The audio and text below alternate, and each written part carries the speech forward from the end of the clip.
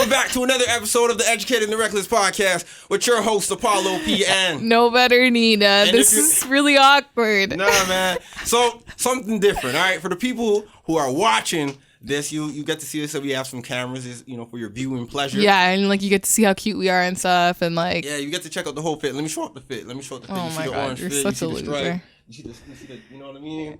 Okay. You know what I mean? That's a fit check. We get That's it. a fit check. All right. I'm really nervous. Yeah, so this is a little bit different. We're gonna, test the water, see what's going on until before we go all the way through it. But let me turn on my phone. But how you been, Nina? How's your week?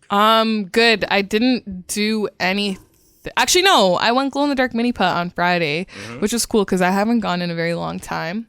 I lost, but and then I think that's it. I hung out with my cousins on Saturday. I hit up this Portuguese spot right by my house, and they give you like a shit ton of food for $8. Like I'm talking like it's like the chicken and the rice and potatoes, but like the potatoes, they give you like 15 potatoes for one person. Yeah. Like it's pretty crazy for only $8. $8? Yeah. Oh, this is like the warehouse Portuguese style. Yeah, and then I think that's it. I played soccer yesterday, but that's normal now. Anyways. How was your week? Man, I do the same thing over. Can I move this? Go ahead. Why are you talking?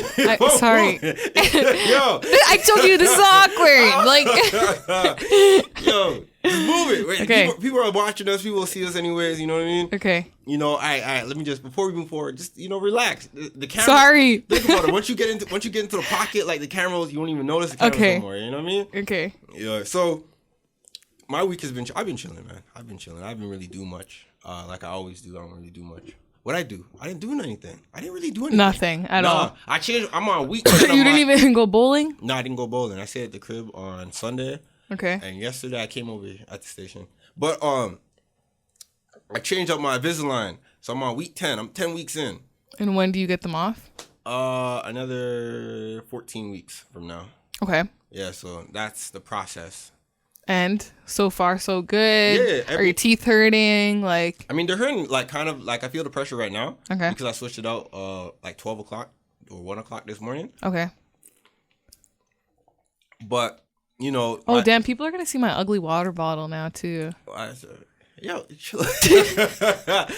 but the thing is when I switched on my Invisalign, I get do reviews, and so the doctor monitored and see my team. He's like, yeah, you got some good oral hygiene. Everything's tracking well, doing a very excellent job. I'm like, all right, cool. And I looked at like a before and after, so I've been doing it for like 10 months is like 2 months and 2 weeks, right? 10 weeks, you mean? Is what I said, 10 months? I was 10 weeks would be 4, 8. Yeah, 2 months and 2 weeks. Yeah, so I seen like the results 2 months ago, and like my recent ones, and I'm seeing the difference. At first, I wasn't really seeing nothing, but I'm starting to see the difference now. And I'm like, wow, my teeth are moving. That's crazy. But I wonder if it's like, obviously, like you can't really tell me, but like I wonder if it's like the same pain as like braces, like when you get your wires tightened and shit. Nah, I couldn't even tell you. I wouldn't know. Is it? After a while, do the tightenings get like loose? Not loose, but does it get like easier? Yeah, like sorry, I keep looking at myself in the camera too. Ahead. This is just the whole disaster. Go ahead, Nina. Get yourself off. No, but when they tighten your brackets and shit, like after a day or two, then it's not painful. But like for the first day or two, it hurts to like eat anything. Well, it doesn't hurt to eat, but I understand like the pressure, and I feel the pressure. Oh, you know what is kind of sad? Yeah.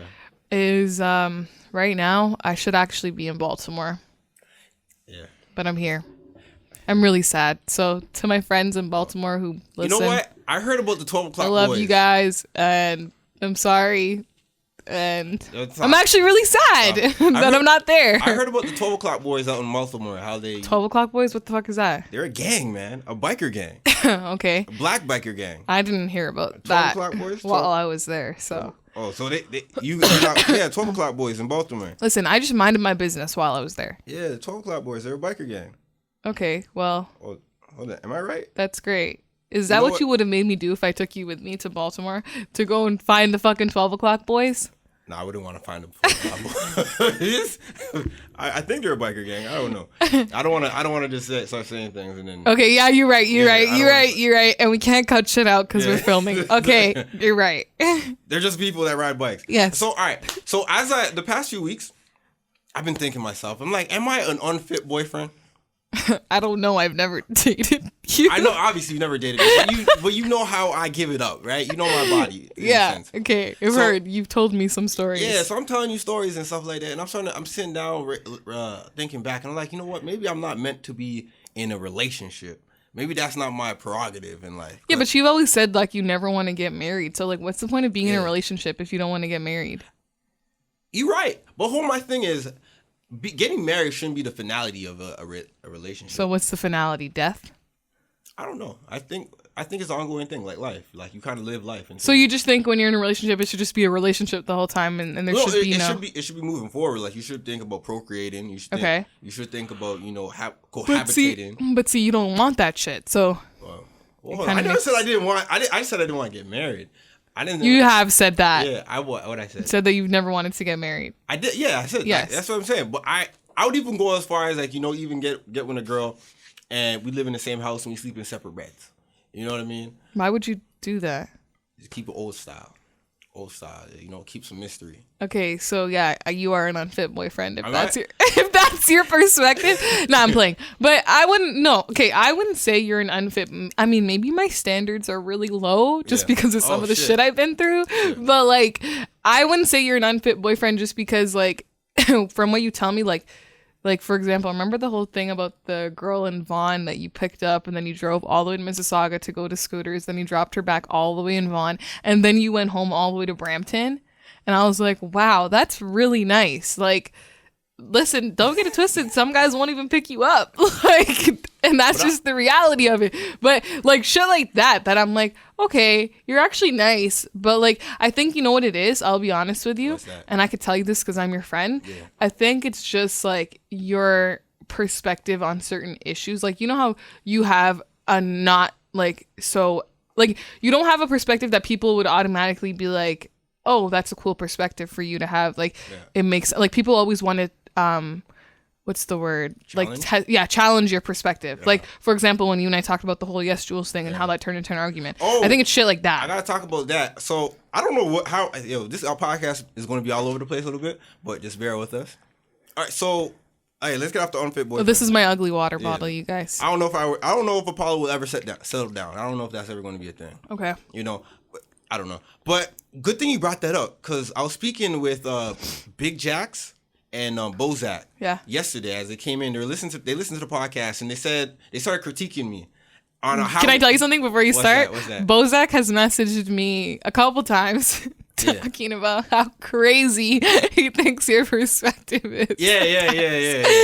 I know. You know the thing is, my perspective, for what you know and a lot of people know, my perspective is that I don't fold on it. I don't. You don't. I will give you that. I'm 10 toes down. But I don't always agree with you. Yeah. So on my perspective, when I say something, it's like, yo, I really did ask mean what I'm saying. Mm-hmm. So he came in, him and Big Jax came in, and they're speaking to me. And they're like, yo, sometimes you say some things that are just out of pocket, wild. And I'm like, and I explained myself, like, yo, this is how I'm coming with. This is why I feel the way I feel, and this is what I'm trying to say. And they're like, yo, we understand.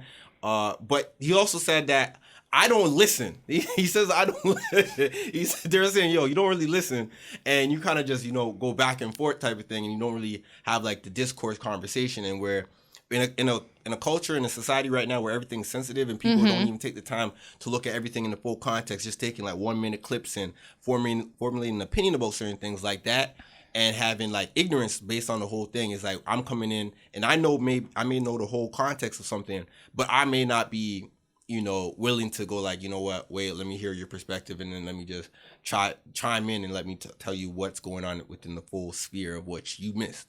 And that's what he was like, yo, when you and I have arguments, it's like, yo, it's like, it sounds crazy. He was getting anxiety. He was telling me I get anxiety when you guys have arguments because it's like, it just doesn't sound like it's going anywhere. It just sounds like we're just both bickering back and forth. And it's true, though. Yeah. When we do argue, it is just back and forth. Yeah. I can see that. I never really took it in, but I can see that you listen, but you don't listen to understand. You listen just to listen. Yeah. I feel like. And like, what's it called? I think that's why our arguments get the way they are. It's a good thing they told you that, because I actually didn't think of that. Yeah. Because when you say things, I've said to you a couple times, like, okay, I actually get your perspective and it actually makes sense, and then I'll kind of change my view on it. Yeah. But when I say things, you just don't fuck it. And that is why I want to rip my hair out half the time. Like, I be stubborn. I had a couple girlfriends tell me I'm stubborn. I had one girlfriend tell me, like, I was with her for like 2 years. Stubborn. She was like, you're stubborn. I can admit that I'm stubborn at times, but like, I think my ways. You're stubborn to a different. Yes, you are stubborn. Yeah, I will say that you're stubborn, because there's times where I've wanted to bring guests on the podcast and you're just set at a no, and I'm like, okay, great. I'm dead. If you're watching this, man, I'm not really fond. Paulo doesn't want guests ever. I don't want no guests, no. Yeah. All right, so let's get into the topics. Okay. We had a beautiful rundown of what the show is about. So. You want to get into like local stuff? Like, can we start with this Doug Ford shit? Because it's actually affecting me. Okay, yeah, let's talk about it. You think Doug Ford is bringing down the profits? Yes, I will say. Okay, I don't know shit about politics. I'm gonna be 24 this year. I've never voted in my life. Mm-hmm. I'm registered. I've just never done it because I'm not educated in politics. So why would I just vote and fuck up something? You know what I mean? Like, it just doesn't make sense. So I've never voted before, but this year I will be voting because Doug Ford has actually kind of low-key ruined my life in two ways.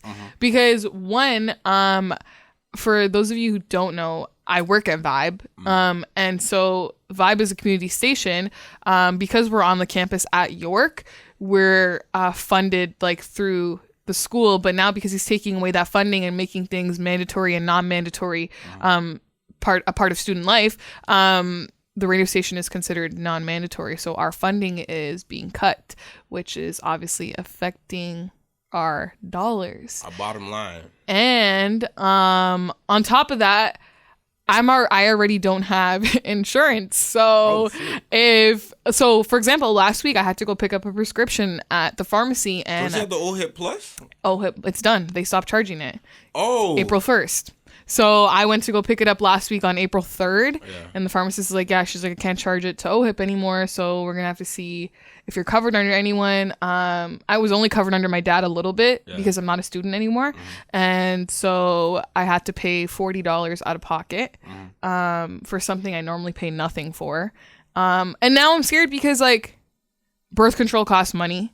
My inhalers... No, it was under the OHIP under 25. My inhalers cost, like, now that I have asthma, that shit costs like $90 per puffer, and it only lasts 30 days. I have to get a new one actually in like 2 days now. And like all that shit, and I'm like, I have to pay for this shit out of my own pocket now, which is fucking annoying. So yeah, I think Doug Ford really fucked up, and like the whole autism thing, how he's getting rid of the autistic classrooms. I believe that's what he's doing, right? He's also downsized classrooms in terms of maximizing. He's making classrooms bigger. My bad. I think that's a really bad on teachers, I guess. A really, really bad idea. When I was in the 3rd grade, you know how like every school have the classroom for the children who have autism. I like you could volunteer as a student to to help them out and stuff. And so I think it was in the 3rd grade I volunteered to help them out and stuff like that. And it's like just to know that like that those children aren't going to get as much attention that they do need and stuff, and like as much I guess attention, that's the word, that they need and stuff in the classroom. It's kind of like upsetting, and like the classrooms are going to be bigger and they're going to be a mix of like everybody. It's just, I don't see it going well at all. Hey man, I remember I grew up in a time where I went to this one school where we had grade 6s and grade 5s in the same classroom. I had a grade 7-8 split class. So I mean, for a lot of kids growing up, they probably never really experienced that. I mean, man. But you know what? Before you say anything, I just want to say this. What if Doug Ford is not necessarily fucking up Ontario, but he is more so planning ahead for the future? Because what I did see is that the Canadian dollar is going to take a hit again. We're still in a recession. The Canadian dollar is going to take another hit. So what if he's just, cutting back on money, so when that hit does come, we don't get hit too bad? But how does that? I don't know how that affects spending. Because like think of it. Well, I could be. You know what? maybe isn't that Premier Trudeau's not Premier Prime Minister Trudeau's job to be worried about finances and stuff like that? Federal, I'm not sure. I don't know shit about the government. Yeah, man. I will be honest with you. I know what I do know is that we haven't gotten out of recession, and I do know that Canada is spending a lot of money and revenue. Let's say money on just like frivolous things that may not be important that they should have really spent on getting us out of the recession a long time ago. Because we've been in the recession since 2008. Although that hit the America, we got hit too, and we still haven't gone out of it. Our dollar is trash though. Yeah. So. We should have been focused on business moves to get us out of the recession so we could start getting money back in Canada. But we've been fucking up spending like $3.5 billion on fucking solar panels for, I don't know, renewable energy. Like for parking lots like Walmart. Yeah, fucking renewable energy. Like put money into people's pocket. Like you got immigrants coming in yearly, monthly, and daily. And they're working at some bullshit places with like high-ass degrees and from the other countries. And the money's not the same, so they're working. Every time they work, they only get enough money just to pay bills. Like I'm not quite sure about you, but a lot of people who are working are only really getting enough money just to pay their bills, just to survive. That's what I'm getting. Like, that's not good. We shouldn't be living like that. We shouldn't. No, definitely not. I 100% agree. Yeah, I don't know. I'm very stressed out. Yeah, man. All right, we're back on this Nipsey Hussle topic. All right? Yes. Nipsey Hussle, a man who was telling the people about the business and about enterprise, entrepreneurship. What else I want? When we were recording last week, he didn't. Eric Holder, the guy who was shot and allegedly he wasn't arrested. He wasn't arrested. I think either just after we recorded or the next day. Yeah, I think it was the same day. I think it was later on that day. Yeah. Pacific Standard Time. Yeah. He was arrested while trying to enter a mental health facility. Yeah. What do you think about that? You think he's going to plead insanity? Because obviously, a lot of people have been saying he's going to plead insanity, and he's also, I think they said he's known to that facility because he checked himself in before. I could be wrong. I don't know. I don't know. It could just be an act to, because a question I have that we also talked about on hashtag briefly before the show. Yeah. Where did he get enough money to hire the same lawyer that O.J. Simpson had? It's not money. You know what? I don't see. When I saw the reports of saying like last minute he got a retainer for Darden, something Chris Darden is his name? Chris Darden. I looked at it, I'm like, all right, retainer is you have to pay someone continually to get someone on a retainer, especially a lawyer. Mm-hmm. You can't just go like, yo, I'll put you on a retainer right now. Yeah. So he had to have had him from the past is what you're saying?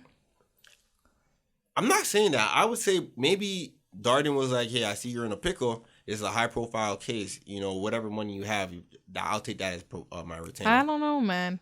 Why you say that? Because I don't, even when we were talking about it on hashtag, like Misha was saying, like, people like that usually end up with public defenders, not with such a high profile lawyer. I don't really see this high profile lawyer taking whatever money whatever this guy's name is has, because I wouldn't assume that it's a lot. But see, the thing is, why people consider him a high profile lawyer? So I never really invested into the OJ case, even when they redid it for television. Mm-hmm. I was like, he got off. Like, fuck it. Yeah. And I only know Johnny Cochran and Kim Kardashian's dad, the guys who are on the winning Robert team. Kardashian, his name is. So you only know the winners, right? So Chris Darden lost. Mm-hmm. Why would I even care about who he is? That's true. That's true. But I think just because of the fact that case was so high profile and it was like all over the place and it even got brought back. Recently, like for film, whatever. Yeah. I think that's why people are very like, what the fuck? I mean, hey, that point just made sense to me. I was like, yeah, how did he end up with this guy all of a sudden? But who knows? Maybe this Chris Holder guy was actually moving weight. Chris Darden. No, maybe Eric Holder. Maybe Eric Holder was moving like shitty cuz. Maybe he was moving like crazy weight in the streets and he had like a whole bunch of dirty money he could put towards the case. You don't know. So like I don't know. Some people who say they're really living in the streets always say they have a reserved amount of money just in case they catch the case so they can beat it. People who have that have like money saved up for a lawyer, right? Not for for a lawyer and just for other things as well. But dirty money is hard to do when you're trying to buy a house or businesses. But like for I a lawyer, know. it's easier to give dirty money to a lawyer than it's like, yo, let me try to open this enterprise real quick with this street money. You can't really do that. But I heard some of the details that came out after the shooting was that he initially only shot Nipsey, I believe, once or twice. Yeah. And then Nipsey was on the ground, and as he was walking away, Nipsey put his head up and said, "You got me," and then he said something else, and then you shot me, you got me, I'm good. Oh yeah, and then he turned around, came back, shot him 5 more times, and then kicked him. Man, yeah, remember how I was telling you? I was telling you in the video. You saw he shot him. He was dropped down. I didn't watch the video. I couldn't watch it. All right, I watched the video. I watched it multiple times, actually. I don't want to just make it sound like cool. I watched it multiple times because at first I was like... Because you wanted to understand how... I saw it, and I was like, what am I looking at? I'm just seeing people run. I don't see anything really going on. And I saw like another angle, and I saw a dude come back around, do it and then kick him in the head. And I'm like, oh shit, he doubled back. This wasn't like, just one type of hit. He was like, I want to ensure that you are dead. Mm-hmm. So I didn't know that he said anything. I just thought he just doubled back just to make sure he was dead. So if Nipsey really said, yo, you got me, you shot me, I'm good. And then he felt some type of anger towards that. Maybe he was like, all right, if I shot Nipsey, I don't think I'll necessarily survive in the streets much longer if he was still alive, because he'll recover and then he'll sick people after me. But isn't that fucked? Like, he could have potentially survived after those first 2 shots initially. Yeah, but I mean, with the whole thing in what I've heard in the streets and also in rap is like, you always want to make sure that you end the job. You end the job, right? Because you don't want any type of revenge. You don't want some type of hangover, right? And that's what it probably was. Yeah, it sucks, man. Do you want to get into the Kodak stuff? Do you really want to get into the Kodak thing? Because I was talking to also Big Jackson Bozak yesterday. I feel like I will agree with what they said and not what you said. And I said, in the whole... I know what you're going to say. I saw it on Twitter already. I saw the whole context of what Kodak said. Oh, yeah, he commented on one of my tweets. Big Jackson, he was like, yo, you wild. And I'm like, no. Yeah, because you tweeted and you said that what Kodak says makes sense. No, what I say? No, I said what he said wasn't that bad. It just had poor timing. Yeah, that's what you said. All right, so why I said that is because the whole clip, he was bigging up Nipsey Hussle. He was like, yo, Nipsey Hussle. I don't know if this camera died or if the lens just turned off. Is that? The screen is black. We're cutting back in. All right. There's drama in the office. Good thing I don't work here. Lucky for me. All right, so we were going to talk about Kodak Black. We're talking about Kodak Black. You said Bozak disagreed with what you said because you said that what you tweeted was... Yeah, I said something about along the lines that Kodak, what he said in the grand scheme of things wasn't that bad. It just had poor timing, right? Yeah. And so why I said that is because the whole clip, he was bigging up Nipsey. He was saying, hey, Nipsey was turning up for the hood. He was giving back to the community. He was doing certain things that, really inspired Kodak himself to do inside his own hood or his own community, right? And he then relayed that into like, hey, Lauren London's going to be a whole widow out here, right? She's going to see me do what I'm doing in the hood, and that's going to emulate, the type of man Nipsey was. And so when she sees Kodak doing that and moving and doing good things for the community, she will look at Kodak as a potential mate. Love interest. Yes. So he was like, I'm going to give her a whole year to grieve. But that's where he's wrong. You know what I mean? That's where he's wrong, because I will say that because even at least Kodak has like good people around him, like not like Daniel Caesar with his friends not saying anything when he was talking all that shit. Like his friends like even said to him like, yo, too soon, like chill out, like because it hadn't like I said, it was poor timing. No, not even that. It hadn't even been a week. Number one. Yeah. Number two, I believe the whole thing was wrong because he's talking about, he's not trying to holla and whatever and blah, blah, blah. But like you said, like whatever he's talking about, I don't know. Has he actually done stuff for his community prior to Nipsey's death or no? No, he said Nipsey inspired him to do stuff for his community. So now he's feeling inspired to do stuff for his community. Like most people are. So that kind of makes it seem like his whole prerogative behind, and we're going to get into this later about people using Nipsey to push their agendas. Yeah. But his whole prerogative behind doing stuff for his community is so he can get under the eyes of Lauren London and she can fall in love with him and they can live happily ever after. He's tripping because first of all, he's saying he's not trying to hollow, but how are you gonna all of a sudden like you want to be a friend to her after he dies, but you weren't trying to be her friend before? You're trying to be her friend so you can get up under that. Hold on, some man respects another man's space. No, hold on, yes you can. If your girl is what a considered quote unquote real man.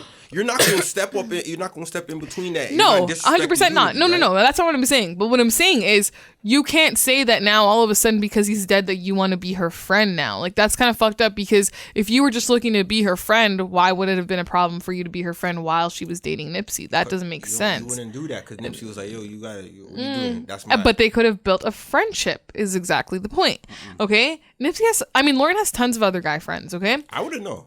Anyways, so then, what's it called? It's going to take more than a year for her to get over this. Let's be realistic, because every time she looks at that kid, she's going to see Nipsey.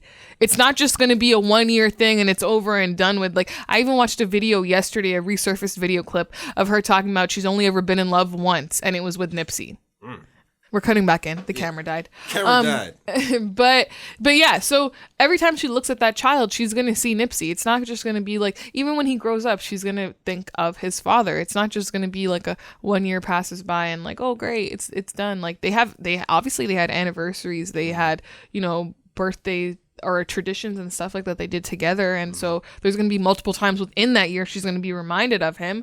Yeah, like just...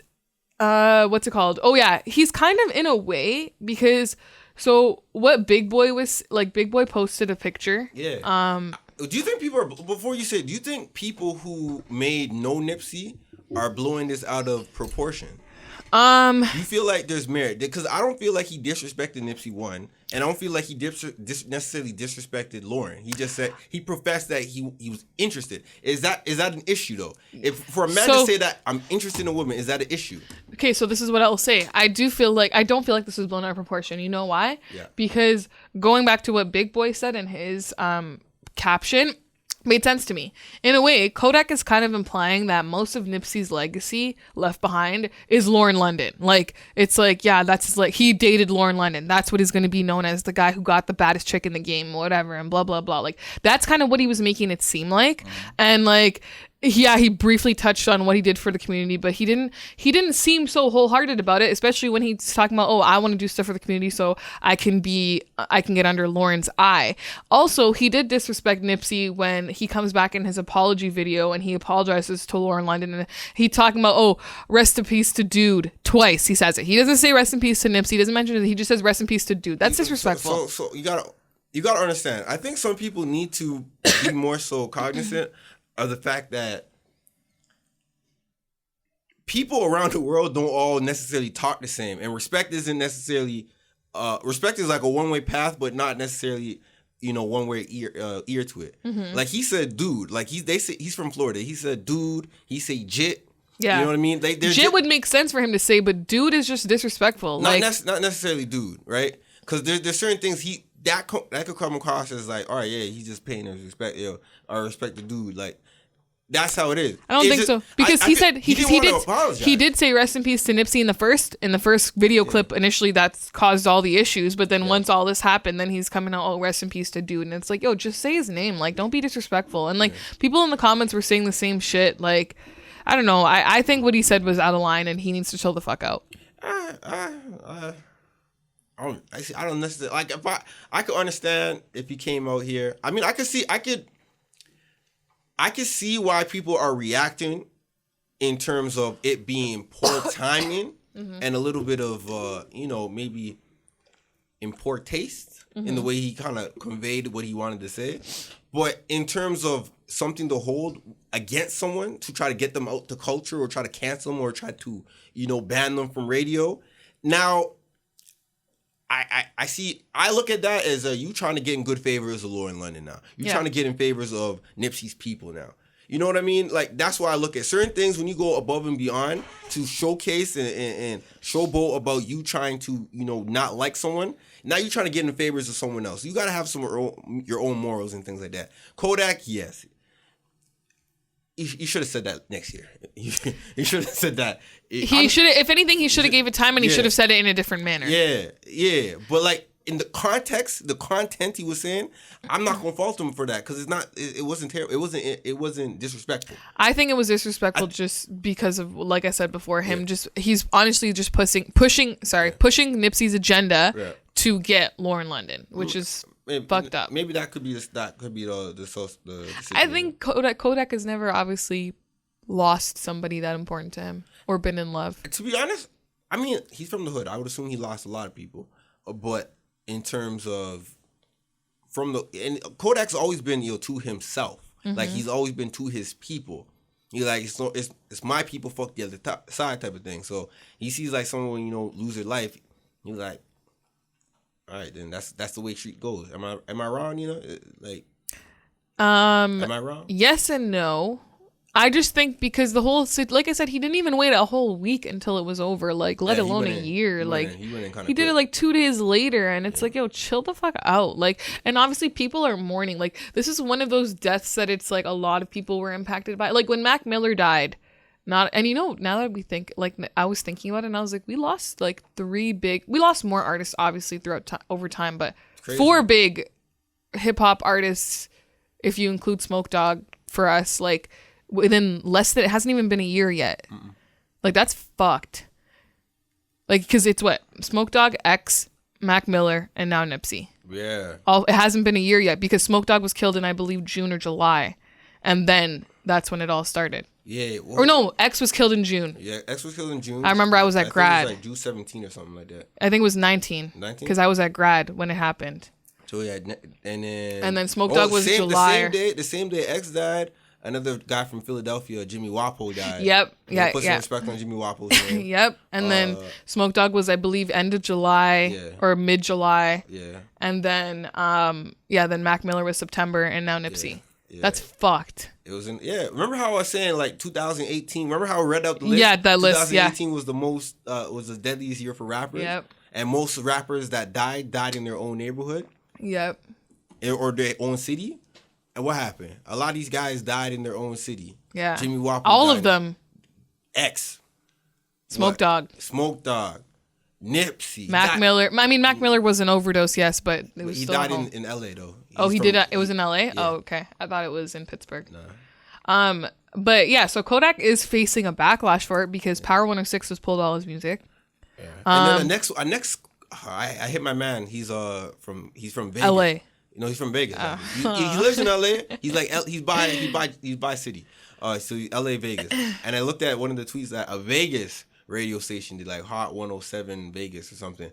And I sent it to him. I was like, yo, defend it. And what's it called? There's like, I can't defend it. There was sorry, I have this dry cough, you guys, it's an aftermath from the flu last week. Uh-oh. But Power 106, the Trap Museum took down his stuff. That's T.I.'s Trap Museum. What is Kodak even considered trap? Is that trap music? Nowadays, yeah, because like we don't really have like a Young Jeezy or a T.I. or like any of that anymore. So it's like, yeah, I guess nowadays that's what would be considered trap. My thing is T.I. Was it really that necessary? T.I. is very close with Lauren London, so for him, yes, I would say so. To take his picture down in the Trap Museum? T.I. and I know Terrence J, they're all like, they're close with Lauren. We're going to talk about Terrence J later on too. I saw that. But they also pulled all Kodak's music from all V Live America clubs, which is, I believe, is a strip club. Yeah. Strippers have more, not to disrespect strippers, but that world has morals? Yes, they do have morals. That world? And yeah, but...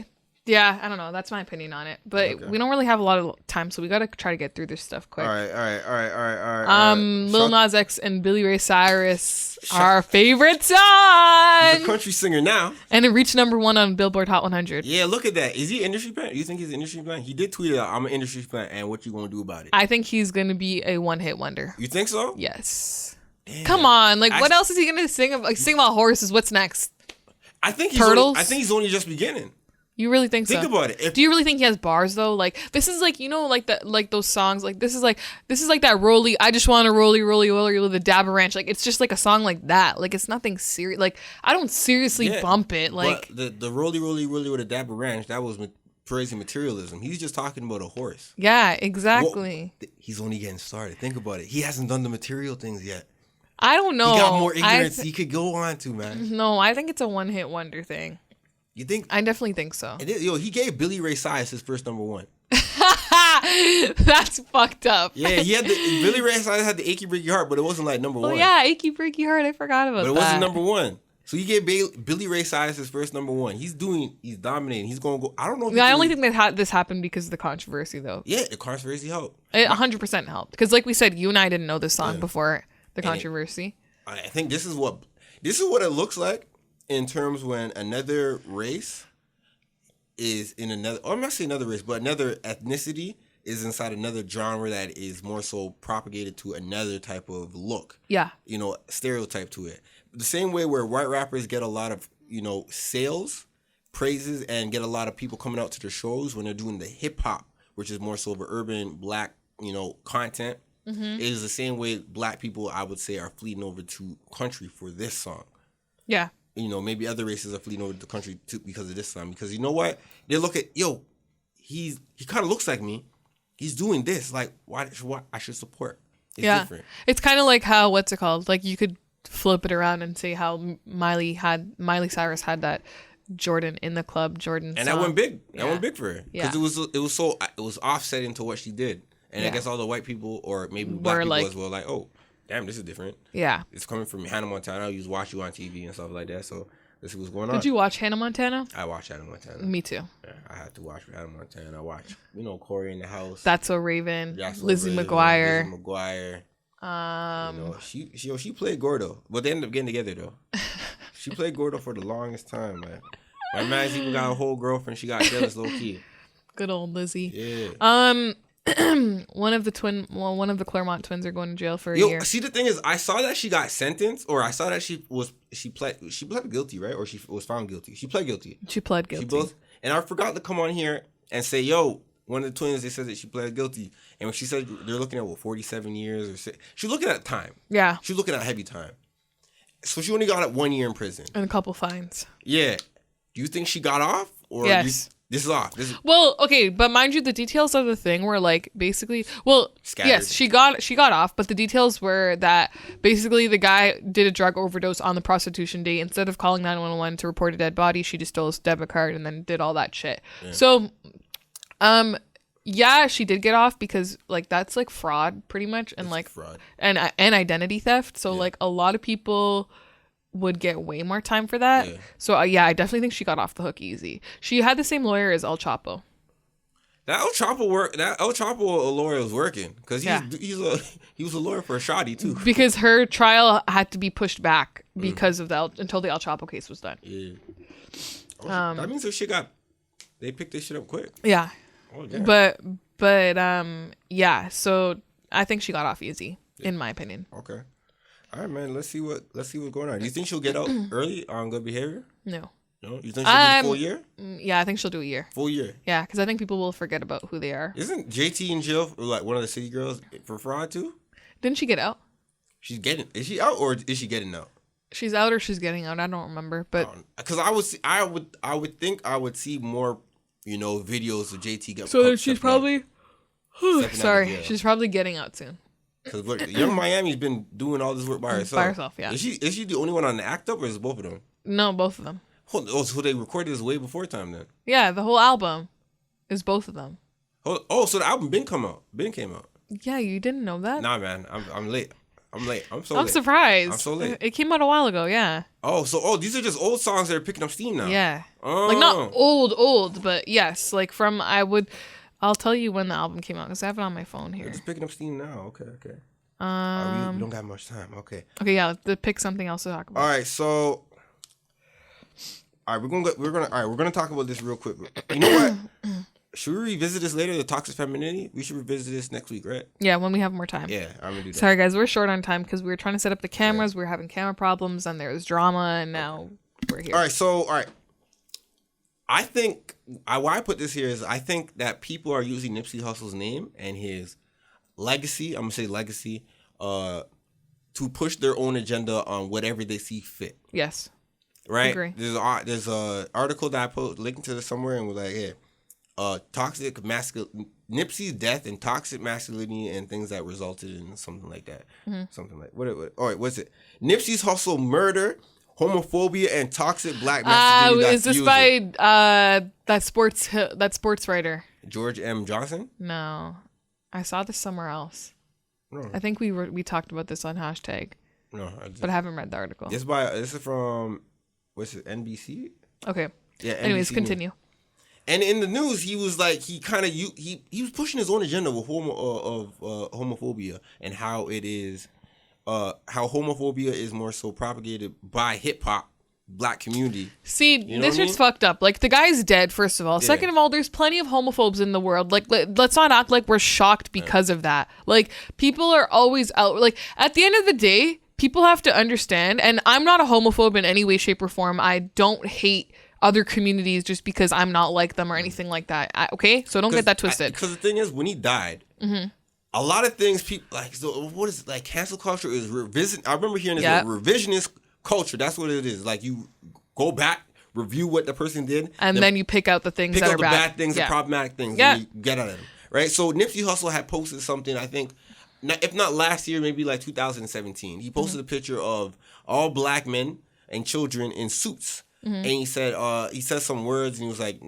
no people gangbanging, no none of that, no homosexual and things like that. And at first, when he posted this a while ago, he had gotten backlash for it. He was like, I'm not disrespecting the homosexual community, but I'm saying this is what strong black man is, and this is not the agenda.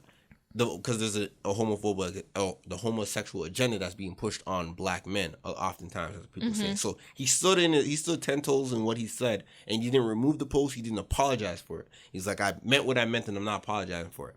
So he got a little backlash for it. And I think here, a young man from the hood tries to make have a positive impact, but his legacy is complicated by his unwillingness to give up the homophobia and misogyny that continues to hold us so many. But this is what I was gonna say, was basically like, at the end of the day, everyone has an opinion. Everybody feels a certain way about anybody and everybody and certain situations. So it shouldn't matter, especially when somebody's dead. Like. It should just be left alone. Yeah. And it's not like he was out here like, there's a difference if he was out here like physically harming gay people and like killing them and stuff, that's completely different. But to have your opinion and your view, whatever, and whatever you think about it, fine. But I just don't see why, like, people will just pick out the smallest of things just to make it a big deal. Like, at the end of the day, everybody has an opinion on everyone. There's people who don't like you and me, and like we're not sitting here fucking writing articles about it. Like, you know what I mean? It's just stupid.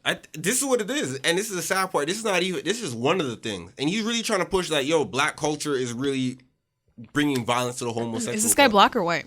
I have no clue. I feel like he's white. Maybe he might. What's his name? George M. Johnson. I'm gonna look him up. And what does he write for? NBC. This is an opinion analysis essay piece that they put on the website. Let's see. Man, he was really trying to. I guess this was his thing. Oh, he's black. Yeah, he's trying to push the agenda.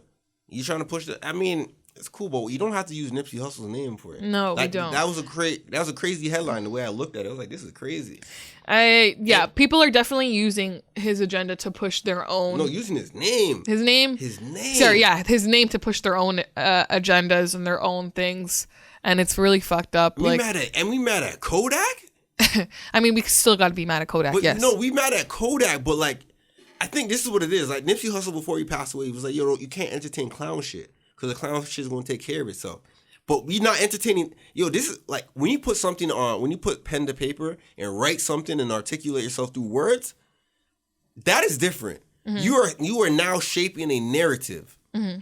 You know what I mean? Now someone's looking at the title, and a lot of people don't read the articles, so they might look at this point blank period. Yeah. Look at the title: Nipsey Hussle's murder, homophobia, and a toxic masculinity that fuels it. What do you think that? Well, if you're not going to read the title, if you're not going to read the article, and I just read the title, and you're just going to read the title, what are you going to think? You think Nipsey Hussle was what? Toxic masculinity and a homophobe that's what killed Nipsey Hussle. You think homophobia toxic masculinity, black masculinity. Let me just toxic black masculinity.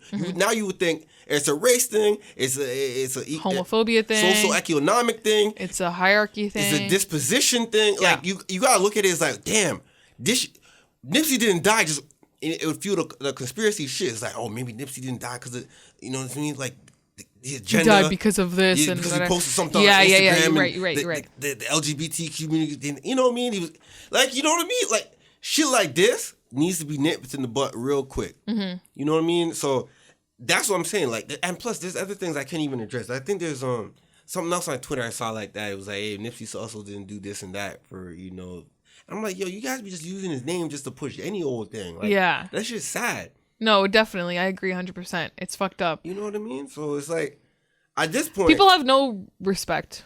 And they want to come down on other people who don't have respect, but use this man's name. And then Philippine was like, all right, I got shit to push my damn self. We gonna do that. Yeah. It's fucked up. You know what I mean? So I'm not... It's an evil world we live in. Evil world that we live in. So what do you think about this Terrence? Yo, all the news that I've seen news articles come out about everything. I've seen people in Trump's office snitch. I've seen people in Trudeau's office snitch. But I have not seen no type of reports of Terrence J's accident reports. And Jasmine Sanders. Yeah, they haven't spoken about nothing. Because they broke up. Yes, that's clear. They broke up. But we still haven't heard reports about nothing. I'm going to DM Terrence, and I'm going to ask him what the fuck happened with the car accident. Yeah. Because this doesn't make sense. I'm hearing stuff come out of cabinet of, like, secure office. You know, news breaking about, you know, new releases of iPhones that never really leaked yet. But I still have no information regarding Terrence J. I don't think we're ever going to find out. And that's crazy. And we're learning sensitive information from other important parts of the world, and we're not knowing anything about why Terrence Howard left. Terrence J, not Howard. You said Howard. Terrence. Why Terrence J? Was he drunk? Who crashed the car into the tree? Who was he with? Why did they run away? They totaled the goddamn Bugatti. Was it a Bugatti? I don't know. They totaled McClaren, I think it was. Yeah, okay? And they left it. And then... all of a sudden, him and Jasmine aren't dating no more. Not dating no more. He disappears from social media. She disappears from social media. But then they come back. They come back. She addresses it. It was like... that wasn't me in the car. Wasn't me in the car. And he's just there, like, still taking pictures, smiling. Shit. Yep. Cheesing. Fucked up. Bruh. And where is Russell Simmons? Oh, Russell Simmons still in Bali. He's doing yoga classes in Bali. You know what? I see what he did. He did something funny. I think he did a yoga visual for Nipsey Hussle. And when I seen that, I think it was some type of visual, some type of something coming together for Nipsey Hussle's name. I'm like, oh shit, he's back in the United States. I seen that couple of snap stories. Whole bunch of yogis in Bali. God. I'm like, what? He's never gonna leave. I don't think he's leaving. That's fucked up. I wonder what his kids are like feeling. No, they come in to see him. They see him. Oh, they go to visit. They go to Bali. Like they have pictures. His kids in Bali with him. See, that's crazy. That's how you know you did something wrong. Because it's been time. Like, it's been a minute. Almost a year. I'm not going to give him a year, but it's almost a year. Yeah, like, it's been a long time. It was like a few, like, maybe like a month or two into us doing the podcast where we spoke about the first one. That's when it broke, and he came on and was like, yo, I didn't do it. I'm innocent, and I'll work with the prosecutor to, you know, come out. Yeah. And then he got hit again. He was like, whoa. Yeah. He dipped. He came down from one of his companies, all deaf company, and at the companies, he stepped down, and then he just dipped to Bali. Mm-hmm. He's in Bali right now. And hasn't come back. I'm just saying, if things go left legally for him in the United States, I don't know if he's going to have to move there. Become a citizen. Yeah, man. Of Indonesia. I was thinking, man, if things go left for me, and not things, Can you knock on some damn wood and just don't do anything stupid ever? I'm not going to do anything stupid, but if I feel like the walls are come crashing down and I just can't take it over here in the West, I'm going to go to the East. I'm going to go to Bali, become a rice farmer, marry into a rice farmer.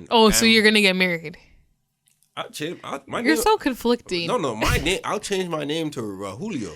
Okay. Rahulio. Okay. I changed my name to Rahulio. Rahulio Aquamanzar. No. Rahulio. How do you say your last name again? No, we're not going with their last name. It's Rahulio. No, you got to put the government up. No, it's Rahulio Johnson. Okay, Johnson. No. Why does that have to be John? Like, it's got to be something ethnic, like your last name. Rahulio Aquamanzar. I'll be raw Julio Johnson, and I'll be a rice farmer in Bali. Okay. That's what I do. Okay. Yeah, man. I just pack up and leave, and you'll never. I'm not going anywhere. Obviously, I'll shut down my Instagram, turn off my phone. Okay. You're gonna be a whole new person. In Bali. Okay. In Bali, I'll probably even do yoga on the side. You know what I mean? If things start crashing down in here on the West, and I just can't do it in here in Western society, I'm like, all right, fuck it. All right. I'm gone. I would say go to Africa, but I don't know if I'll survive over there. I will be in New York. I mean, you do your thing. I will. You got host calling? No, it's host calling. No, it's KP. That's great. Done. Oh, yeah. Well, we're pretty much done now because I want to save the guys trusting girls with gay best friends or girls with straight best friends till next week, because I have a guy best friend who's not gay and he's straight. Yeah. And he's been my best friend for like almost a decade now. Yeah. All right, man. I want to talk about that next. We'll talk about that next week and toxic femininity next week. All right, appreciate you guys listening. Watching as well.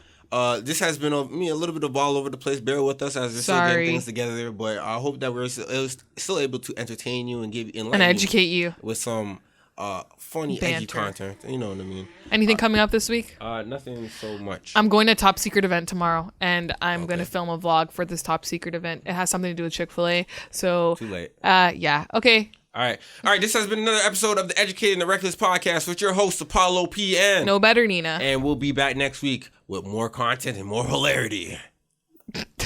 I thought that was gonna work. All right. Remember, comment, rate, subscribe.